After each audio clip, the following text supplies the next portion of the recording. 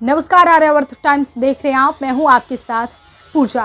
भागलपुर सुल्तानगंज को जोड़ने वाली गंगा नदी पर बन रहे 4 लेन पुल आज सुबह भरभरा कर अचानक गंगा नदी में तीसरी बार समा गया।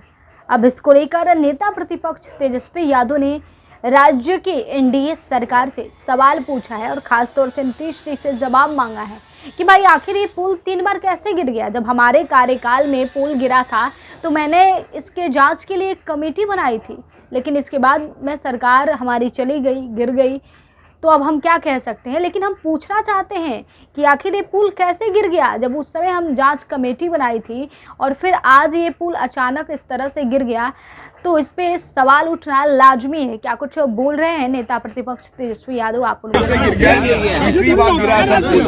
देखिए, अभी हमको जानकारी जो है वो मिली है कुछ देर पहले, और ये लगभग जो है तीसरी बार जो है ये थोड़ा दूर करो। पहली बार जब गिरा था तो ये निर्णय हुआ था कि तोड़ के बनाया था।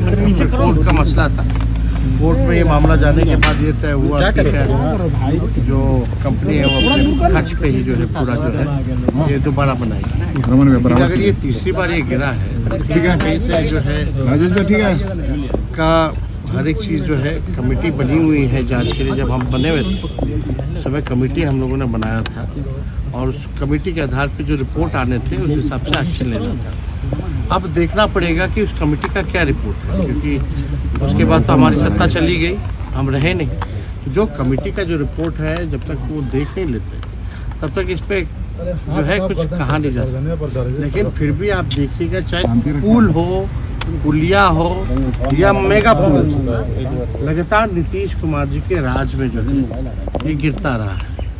एक आध मामला नहीं है, लगातार ऐसे मामले आ रहे हैं। तो अगर जो भी दोषी है, तो साफ तौर पे कहते हैं जो भी दोषी है उसको सख्त से सख्त जो है कार्रवाई होनी चाहिए। लेकिन इसमें वो रिपोर्ट जो है वो महत्वपूर्ण रिपोर्ट है। पहली बार भी गिरा था तो एक रिपोर्ट बनी थी, दूसरी बार जब हमारे समय में ये फैसला हुआ था कि उसकी रिव्यू मीटिंग भी हमने ली थी और ये निर्णय हुआ था कि तोड़वा करके फिर से जो है इसका डिज़ाइन वगैरह का हम लोग करेंगे।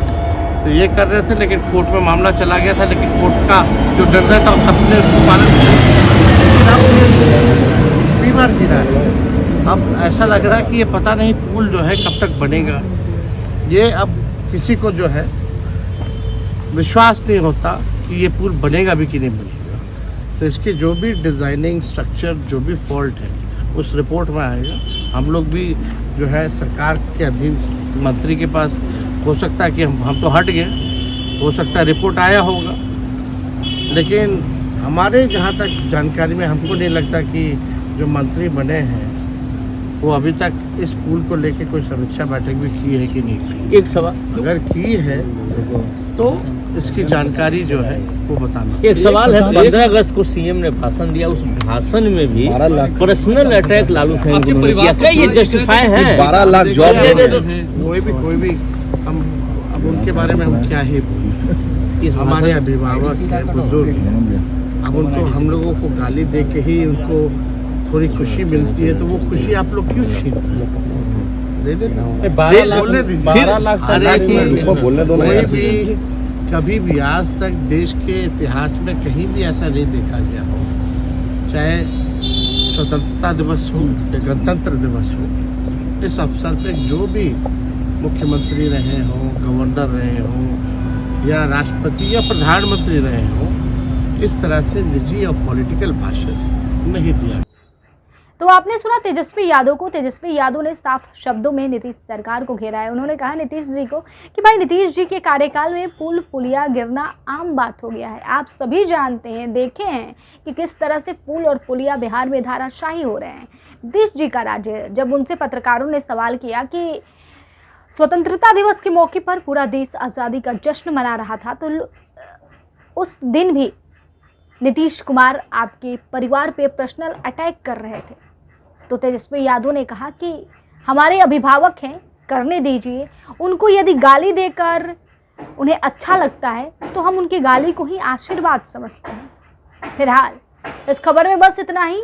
बने रहिए हमारे साथ, देखते रहिए आर्यावर्त टाइम्स। धन्यवाद।